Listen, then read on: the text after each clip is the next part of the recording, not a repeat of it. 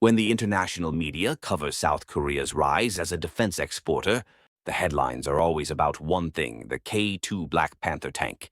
The massive deals and images of heavy armor are impressive, but from a strategic perspective, this focus on heavy armor misses the real story. The true centerpiece of K Defense's long-term global strategy isn't the 60-ton tank. It's this 13-ton light combat aircraft.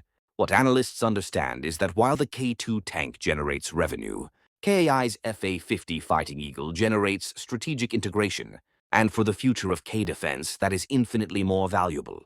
The K2 tank is a phenomenal door opener.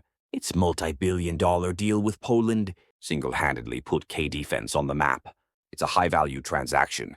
The FA-50, however, is a high-value platform. This distinction is fundamental. When a nation buys a tank, it buys a product.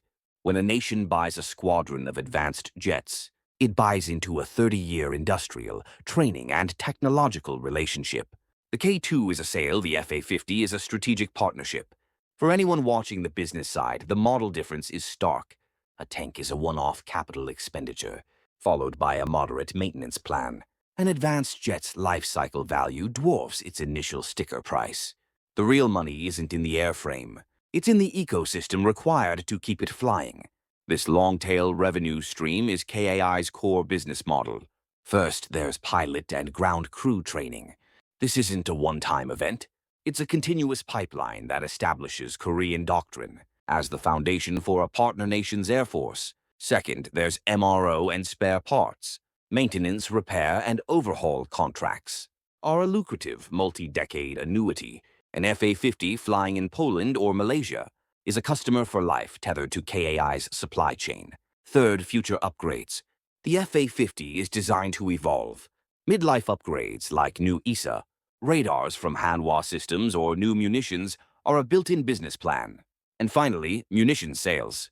Every jet needs weapons, and the FA-50 acts as a delivery vehicle for a vast portfolio of Korean-made precision munitions. There's also a dynamic often lost on Western media. Hyundai Rotem, the K2's maker, is part of a massive industrial conglomerate. Its success is a commercial victory. Korea Aerospace Industries, or KAI, is different. It's Korea's sole national aerospace champion, a state-backed entity. KAI isn't just a company. It's the incubator for Korea's most ambitious projects, like the KF-21 Boramai fighter. The FA-50's export success is viewed in Seoul as a core strategic imperative, far beyond the commercial calculus of a tank sale. And this brings us to the most critical point.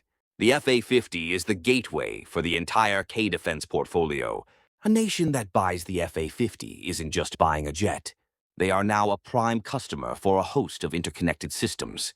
The sales logic becomes seamless. Now that you fly our jet, you need our Lignex 1 smart bombs. Ready for an upgrade? Our Hanwha ASA radar is the next logical step. Need ground-based air defense? Our KSAM system is designed to instantly identify your new jets as friendly. The FA-50 is the hub, and the rest of Korea's defense industry provides the spokes. It locks a partner nation into a Korean-made ecosystem. So, let's be clear.